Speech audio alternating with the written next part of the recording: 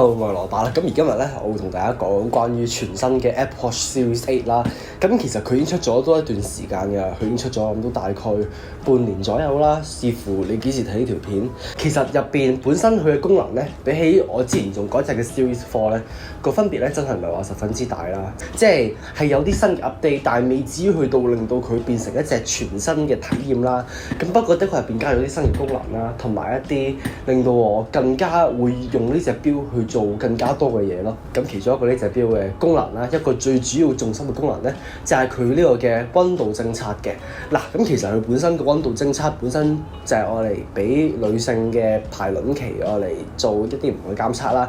咁不過其實同時都可以俾廣大嘅男性都可以我嚟用佢瞓覺嗰陣時我嚟戴錶去 detect 翻佢嘅溫度咯。我舉個例子啦，好似前排咁，我係大概2個禮拜前、3個禮拜前，我咧就唔係中咗新冠啦，我中咗流感啦。而其實變相我 check 翻，原來好多人都喺大概嗰段時間都中咗流感嘅。咁其中一個症狀咧，明顯地咧就係喉痛啦，同埋發燒啦。咁其實我記得嗰陣咧，又係燒到40點幾度啦，係同個新冠嗰次好似嘅。咁不過一樣我可以知道嘅嘢咧，就係我可以用我嘅 Apple Watch，我瞓覺嗰陣時咧，佢可以用佢入邊嘅 sensor 去幫我 detect 翻我瞓覺嗰陣時嘅溫度係幾多咯。咁其實我諗好多人都會想知道點解佢唔可以喺日常生活入邊做基本正常嘅手腕溫度監測、體溫監測咧？咁係因為其實佢本身佢需要一啲特別嘅 sensor 啦，同埋佢就咁度個手腕，亦都唔代表你可以直接度到你成個人嘅溫度咯。咁所以喺你瞓覺嗰陣時咧，你溫度先至係會最準確啦，咁先至可以度到你最正常嘅手腕溫度咯。即係佢唔會以實際溫度顯示翻嘅，咁不過佢會以加0點幾多度去顯示翻，因為你一開始戴嗰陣時咧，佢會用5日嘅時間幫你 detect 翻你基準嘅溫度係幾多啦。即係你一般瞓覺嗰陣時，佢會幫你 set 個 standard 啦。而喺未來嘅日子咧，佢就會根據翻嗰個 standard 而去睇翻你新嘅手腕溫度比起你正常嗰個係高出或者低出幾多咯。佢係以加減值嚟顯示嘅。咁你會見到呢度啦，佢係寫住我係比起之前係高2點幾度啦。咁其實咧，佢雖然係咁講啦，我係唔會知道自己實際溫度係幾多嘅。如果你想知道你實質上你大概溫度係幾多嘅話咧，佢表面上冇顯示嘅。咁不過當你拉落去最底咧，就係有一個顯示更多資料嘅一欄入邊咧，你就會計到每一日佢作出偵測嗰陣時，佢實際上佢度到嘅溫度係幾多咯。咁例如你會見到呢度啦，佢係寫住38、39度啦。咁嗰陣時正正就係我中咗肺炎嗰陣時啦，唔係我嗰陣時中咗流感嗰陣時啦。咁其實用呢啲數據去斷定翻，即係可能一啲你身體嘅特徵去證明你自己真係發咗燒，呢啲其實係我嚟俾一啲數據你嘅啫。假設我度溫度嘅話，我都係會用翻一個正常嘅探熱針啊。咁不過呢個至少都會係一個 add-on 嘅一個偵測咯，佢會額外俾一啲數據你咯，純粹。另一樣嘢我好中意嘅就係佢嘅血氧啦。其實呢個唔係一個新嘅功能嚟嘅，佢都已經喺我諗2年前、3年前都已經加咗啦。咁不過一樣有趣嘅地方咧，就係佢會偵測當你係一個靜態嘅活動啦，即係假設你就咁坐喺度，你瞓覺咧，佢就會定時幫你監測你血氧嘅。即係假設你係跑緊步啊，你做運動啊，你喐緊嗰陣時咧，佢係唔會偵測嘅。佢係需要你當你嘅手係真係完全靜止咁樣擺喺度，佢先至可以幫你計到你血氧係幾多咯。咁所以呢啲佢喺你瞓覺嗰陣時，佢會度到最準啦。而血氧其實好似就係根據翻你血入邊嘅血含氧量啦，顧名思義。咁不過血氧係俾你嘅精神狀態啦，或者你嘅清醒狀態嚟衡量嘅。跟住假設你好攰嘅話，即係代表你嘅血入邊唔夠氧氣啦，咁所以你就會打喊路啦。咁所以你打喊路就係令到你血氧嘅水平再上升翻啲啦。咁不過係啦，就係咁樣啦。其實我都唔知啊，我之前都係好簡單上網查過血氧真正嘅意義啦。呢個真係只供參考嘅啫。我都好中意我 Apple Watch 嚟偵測睡眠啦。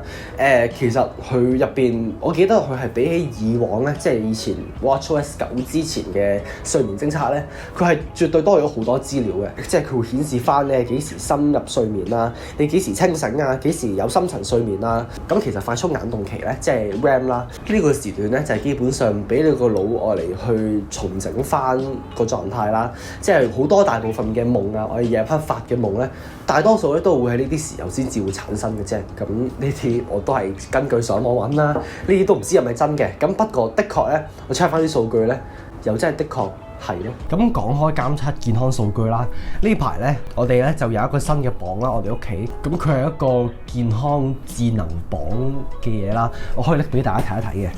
咁呢個咧就係個榜嘅，佢 suppose 應該係喺地下嗰度擺嘅，咁不過我就好快咁擺喺台面啦。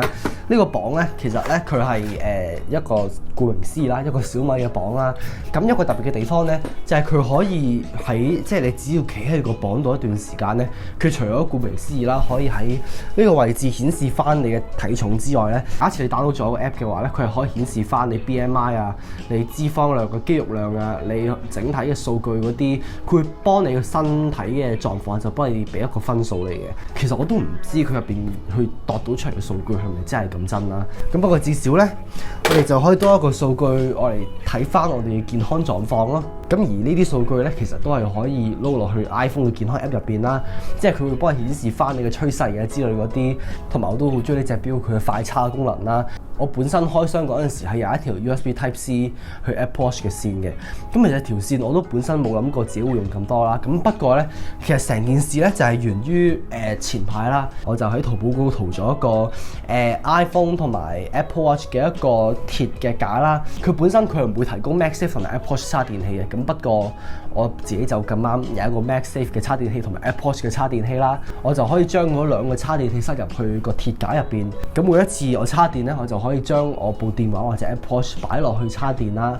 咁其實係幾好嘅，佢睇落去咧，其實佢好似35蚊人民幣啦。咁不過啲質料的確又真係幾好嘅，咁所以係啦。咁所以就可以將我 Apple Watch 入邊嗰個快插電器擺入去個鐵架入邊啦。咁變相咧，我每次插電咧都用嗰個鐵架同埋插電器啦。咁所以每晚咧，我只要將個 Apple Watch 擺喺個插電器入邊咧，佢每一次我會由大概我諗20至30% 開始插到去90幾至100啦。佢其實插電好快，佢只要我諗半個鐘內啦，已經插到超過50% 嘅。咁所以我只要將個隻錶擺落插電器擺一陣，我可能臨瞓之前碌一陣電話，咁碌完之後，我基本上我隻錶就可以帶嚟瞓覺，我嚟監測睡眠咯。呢張凳真係聲。咁同埋我哋呢排屋企都多咗一個單車機啦。其實就喺呢度啦，我哋而家見唔到啦，我應該影俾大家睇啦。咁呢個單車機咧，佢唔係最新嗰啲智能嗰啲單車機啦，即係佢本身佢有個 mon 嘅，咁不過個 mon 佢唔係即係我嚟做好多嘢啦。咁不過咧，至少一個好嘅地方咧，就係佢係一部單車機啦。我可以用我 Apple Watch 嚟監測我運動嘅情況啦，即係我以往都係有可能出去跑步啊，可能間唔中出去踩單車啊。咁我而家就可以多樣運動咯，就係室內單車咯。我可能每一次都係踩翻，我諗大概30分鐘到啦。咁總共可能消耗大概300幾卡路里，差唔多啦。唔係話10分，我踩單車，我一開頭以為踩即係單車機其實好簡單啦。咁不過我發覺我踩咗一陣，我對腳已經好攰咯。可能我踩得太大力啦，又或者踩得太快啦。咁不過至少佢係一項我覺得幾好嘅運動咯。而我而家可以純粹出街都唔使，就可以喺屋企做到咯。咁同埋我想講一講關於呢隻錶帶啦。呢個其實佢係 Ultra 嘅錶帶嚟嘅，即係佢係嗰個我唔記得佢中文叫咩名啦。你等一陣，佢呢個係越野手環啦，英文叫 Trail Loop 啦。咁其實 Apple Watch Ultra 佢係49mm 啦，而我呢就係45啦。咁不過咧，所有嘅45mm嘅錶帶咧都可以用喺 Apple Watch Ultra 度，而所有 Apple Watch Ultra 嘅錶帶咧亦都可以用喺45mm 度咯。咁所以呢隻咧係可以用喺我呢隻45mm度嘅，而其實咧係真係幾舒服咯。呢個其實本身佢 Apple 佢本身整嚟係俾一啲我嚟真係我嚟跑馬拉松啊，我嚟可能即係踩越野單車賽啊之類嗰啲啦。咁不過我一般日常戴其實係真係幾舒服咯。同埋我呢度有個魔術貼啦，係真係好實咯。同埋呢隻錶帶都去到我隻手腕，我諗大概呢個位度啦，所以係佔咗一半啦。而呢個比例其實我覺得係啱啱好嘅咯。而其實我都唔止呢隻錶帶啦，如果大家記得嘅話，我都我隨住時間啦，都越嚟越多錶帶啦，我可以拎俾大家睇一睇啦，好快咁。係啦，呢啲就有啲錶帶啦。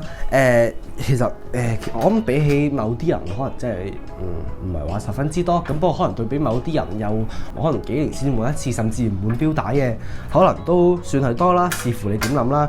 我覺得 so far 嚟講咧，呢隻咧我係用得最耐啦。而呢隻其實呢隻都係有啲似啦，佢都用魔術貼啦，而入邊都係用呢啲比較柔軟啲嘅物質啦。而呢啲咧就係最一開頭嗰啲啦。我一開頭我第一隻 Apple Watch 係連埋呢隻嚟嘅。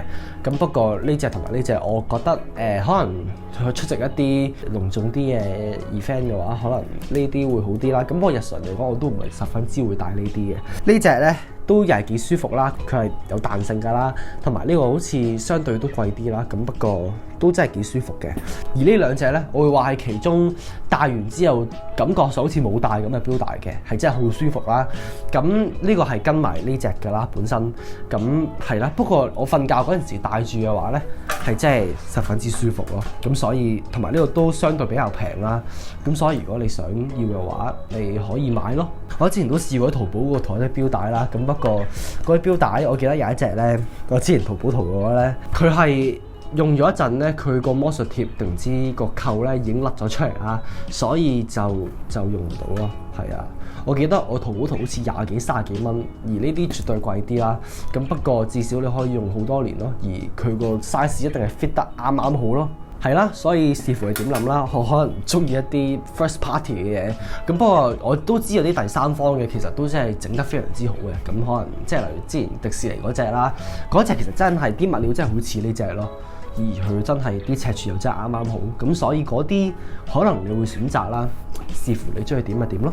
我想俾大家睇一睇我而家呢個目前嘅錶面啦，呢個其實係一個幾普通嘅錶面嚟嘅，佢純粹都係顯示翻目前嘅溫度啦，佢顯示翻日期啊、時間啊、心跳啊，中間嗰一欄咧就係顯示我全日入邊嘅心跳係幾多啦，跟住左下角就係睡眠啦，跟住之後就係運動啦、健身啦，跟住再右邊咧就係我一日入邊嘅 activity ring 嘅。每朝起身咧，我都會 check 我瞓咗幾耐覺啦。例如今朝我係瞓咗7個鐘頭3分鐘嘅總共，咁就係咁啦。呢個就係一個好簡單對 Apple Watch Series 8或者所有嘅 Apple Watch 嘅分享啦。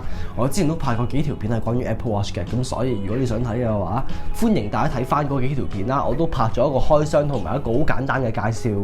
如果你未睇嘅話，你可以睇翻咯。同埋而家 Apple Watch， 即係就算喺 Apple 官網都已經有幾款嘅 Apple Watch 啦，即係有 Apple Watch Series 8啦，又有 SE 啦，又有 Ultra 啦。你覺得假設你用緊 Apple Watch 嘅話，你用緊邊一隻呢？又或者假設你想買一隻 Apple Watch， 你可能會更加趨向邊一隻呢？咁其實就係咁咯，呢條片就咁就完咗咯。我哋下次再見啦，拜拜！同埋記得 subscribe 啊，同埋記得撳鐘，同埋順便撳埋個 like 啦。多謝。